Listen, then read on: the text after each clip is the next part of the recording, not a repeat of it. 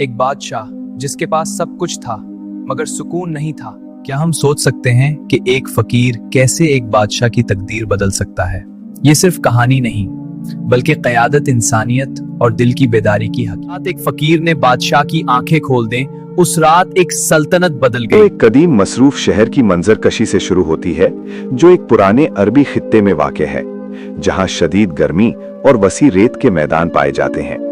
ये शहर बुलंद इमारतों, पत्थर से बनी सड़कों और ऐसे बाजारों से भरा हुआ है जो दिन रात रोशन रहते हैं। शहर के वस्त में एक अजीम उश्शान महल खड़ा है जो एक ताकतवर और मालदार बादशाह की मौजूदगी का इशारा देता है।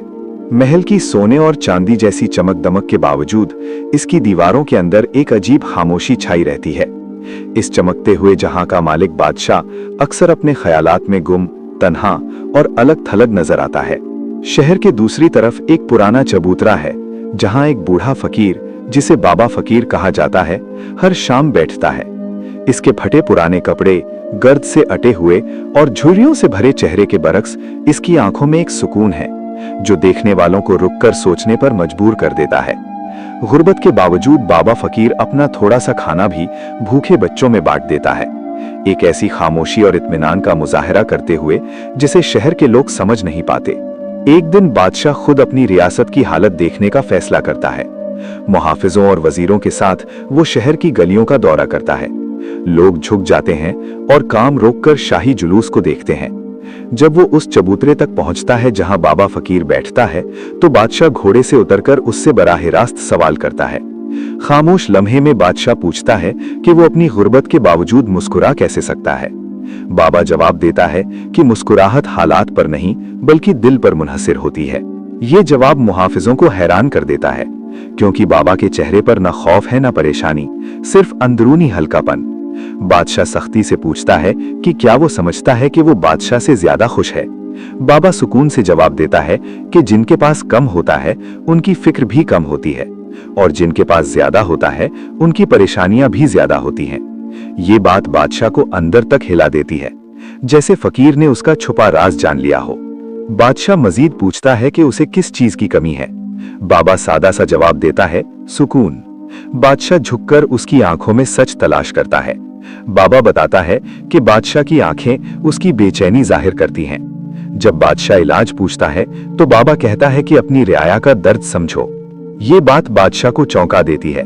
बाबा बताता है कि शहर में लोग भूखे सोते हैं, इलाज के बगैर मर जाते हैं और बेघर हैं। जब तक बादशाह खुद इन दर्दों को नहीं देखेगा वो अपने दिल की तकलीफ नहीं समझेगा। बादशाह मुहाफिजों को पीछे हटने का हुक्म देता है और बाबा को अगले दिन अपने साथ शहर का दौरा करने की दावत देता है। वजीरों को शक होता है मगर हुक्म मानना पड़ता है।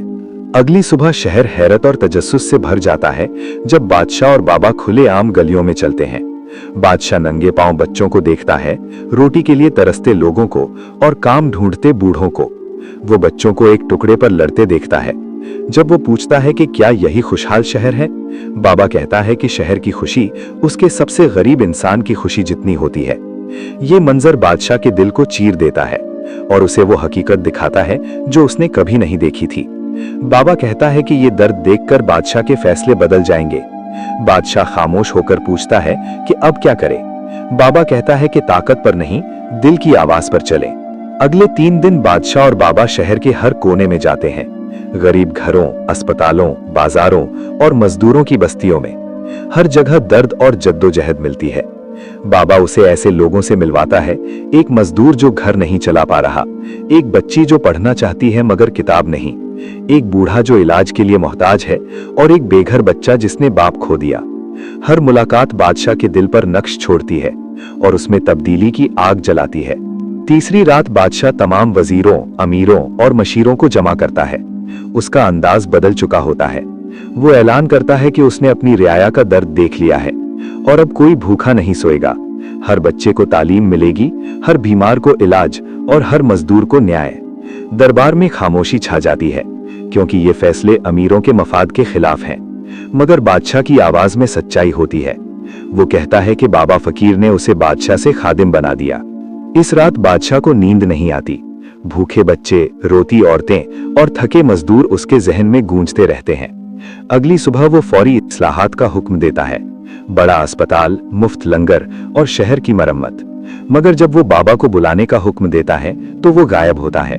शाम को बादशाह शहर के खंडरात के करीब उसे एक चिराग के साथ बैठा पाता है।